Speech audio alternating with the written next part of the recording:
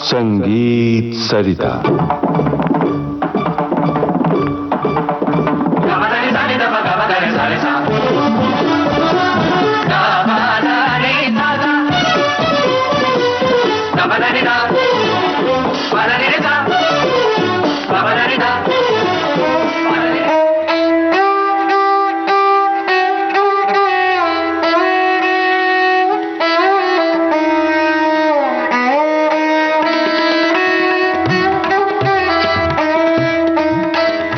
नमस्कार। संगीत सरिता कार्यक्रम में इन दिनों आप सुन रहे हैं श्रृंखला सारंगी की स्वर यात्रा। आमंत्रित कलाकार हैं जाने माने सारंगी नवाज उस्ताद फारूक लतीफ खां। आपसे बातचीत की है जयंत पात्रीकर ने। तो चलिए सुनते हैं इस श्रृंखला की तीसरी कड़ी। फारूक जी, आज राग की चर्चा से पहले सारंगी के इतिहास के बारे में थोड़ा जानना चाहेंगे। ये हमारे भारत का प्राचीन साज है। सारंगी, वीणा और पखावज। वीणा देखिए सरस्वती जी के उसमें रहते हैं जी, और पखावज गणेश जी का हमारा हाथ में देखा होगा आपने जी। और सारंगी, ये तीनों हमारे हिंदुस्तान के प्राचीन साज हैं। जब रावण पूजा करते थे तो रावण हत्ता कहते थे इसको। 3 तार थे तो उस टाइम इसको लेके पूजा करते थे वो। सारंगी की बनावट के बारे में कुछ बात करें, क्योंकि गज से बजने वाले आमतौर पे वाद्य हैं वायोलिन और सारंगी जी शास्त्रीय संगीत में, मगर दोनों का उद्भव अलग अलग तरह से हुआ है। एक्चुअली सारंगी ये तुन लकड़ी की बनती है जी, और तुन लकड़ी आजकल मिलना बहुत मुश्किल होता है। मगर हमारे पास पुरानी सारंगियां हैं जी, तो हम उसी को रिपेयर कर करके बजाते रहते हैं। और इसमें 42 तार होते हैं। 42 स्ट्रिंग, जिसमें 3 गट्स के तार होते हैं। अच्छा। तो ये पहला सा और पा और ये खरज वाला सा। अच्छा, ये तीनों गट्स है और ये वाकई स्टील की स्ट्रिंग है जी। ये स्टील की स्ट्रिंग है और जो इसका चमड़ा है ये बकरी का चमड़ा, और इसका जो ब्रिज है हड्डी का होता है, बोन का जी। तो ऐसे टोटल मिला के इसमें 42 तार हैं। और इसके जो बो है, जो इसकी लकड़ी है वो तुन की है। और जो इसमें बाल लगे हुए हैं वो घोड़े की पूंछ के बाल है। और गज जो घुमाया जाता है वो गट्स पर ही घुमाया जाता है। हाँ। तो जो अंदर स्टील के तार हैं, जैसे आपने किसी भी राग में मिलाया होगा हाँ। तो वो उसका सस्टेन करेंगे। जैसे मैं आपको मिसाल के तौर पे ये सा बजाता हूँ। हाँ। अब इसको आप गज से बजाएंगे तो ज्यादा सस्टेन आएगा। हाँ, ये इसका सस्टेन है। जी जी जी। और इसके देखिए ऊपर का सा बजाऊंगा तो वो अलग आएगा स्वर।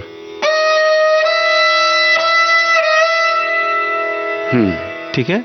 और ये खरज का जो सा है,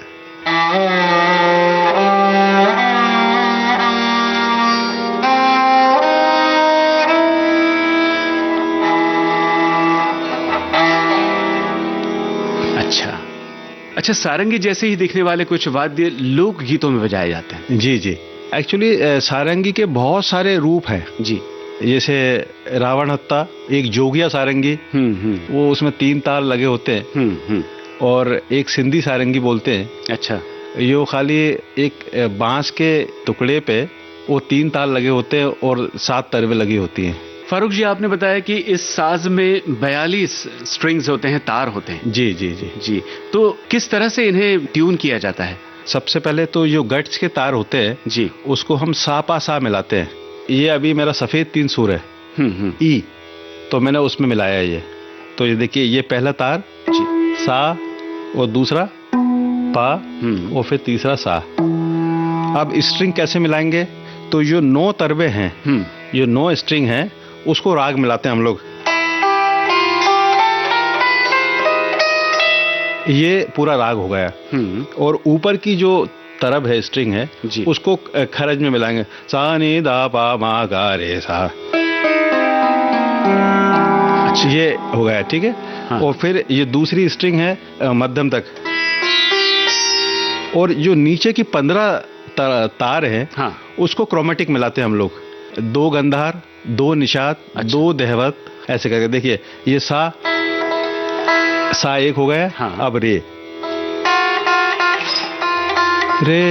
अब ऋषभ चढ़ा हुआ, रे गा गा मा मा। तो ये ऐसे करके 2-2 करके क्रोमेटिक अंदर मिलाते हैं। तो ऐसे करके इसकी मिलावट है पूरी। तो अब राग की चर्चा की जाए। जी, पिछली कड़ियों में हम राग भैरव के बारे में जान रहे थे। जी। आज किस राग के बारे में आप हमें बताएंगे? मैं राग मियाँ की तोड़ी और इसका आरोह अवरोह मैं बताता हूँ आपको। जी। जैसे मैं सबसे पहले आपको गा के सुनाता हूँ, फिर सारंगी पे। सा रे गा मा दा नी सा नी दा प मा गा रे सा। तो ये इसके आरोह अवरोह है। जी।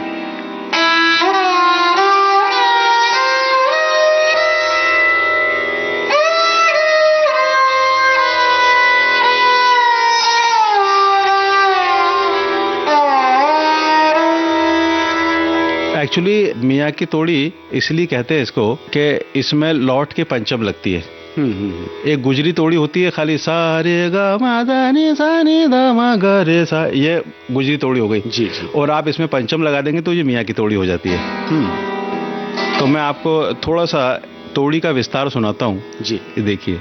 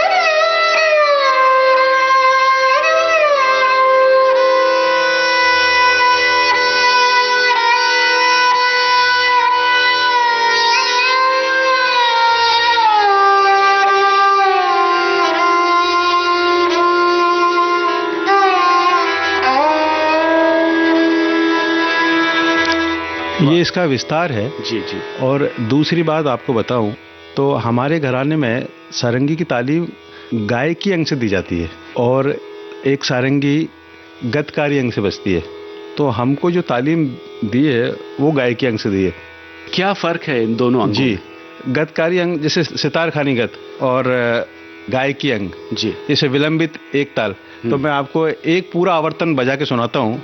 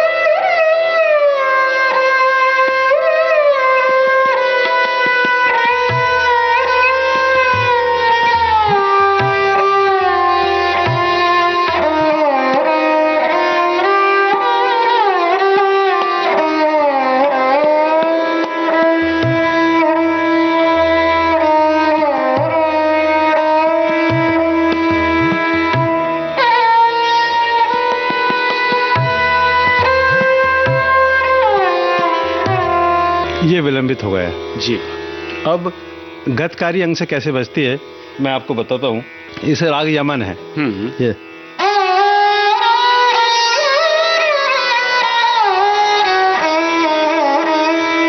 देखिए, ये गतकारी अंग से अंग।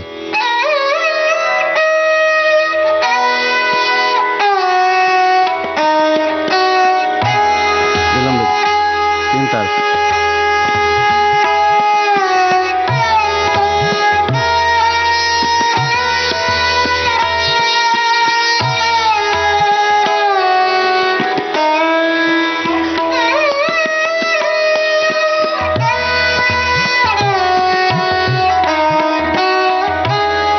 गतकारी अंग हो गया। वाह। दोनों घरानों की अलग अलग तालीम होती है। जी जी। तो जिस घराने से हम बिलोंग करते हैं उस घराने में हमेशा गायन के अंग से हमको तालीम दी गई सारंगी। ये ग्वालियर घराने की खासियत, ग्वालियर घराने की खासियत है जी। हम चर्चा राग तोड़ी की कर रहे थे। जी जी। तो कौन सी बंदिश सुनने को मिलेगी? मैं एक बहुत पुरानी बंदिश है। अब मोरे नैया पार करो तुम, हवे मोरे नैया पार करो तुम, हजरत निजामुद्दीन औलिया, अब मोरे नैया पार कर। अब ये मुर्की है ना, ऐसे ही निकलना चाहिए सारंगी पे।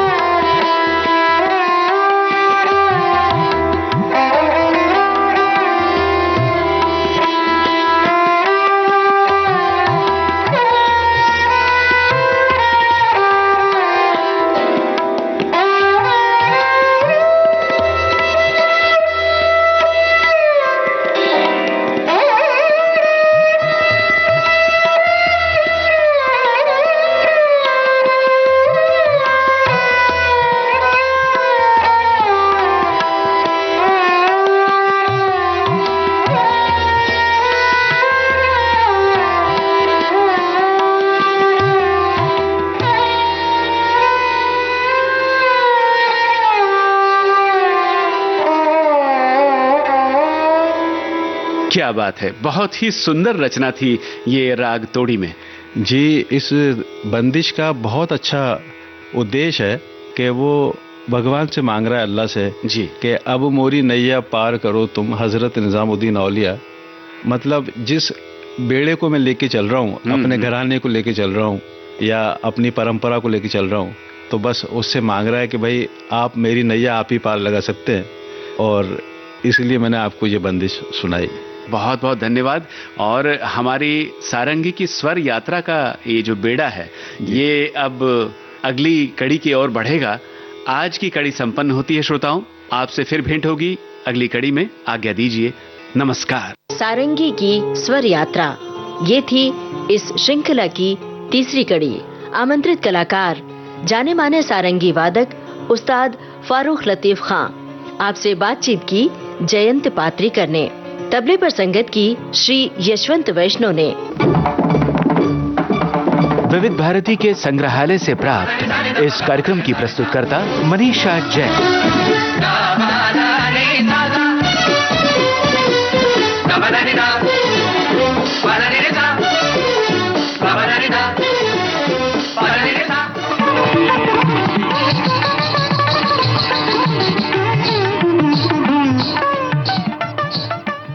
हमारा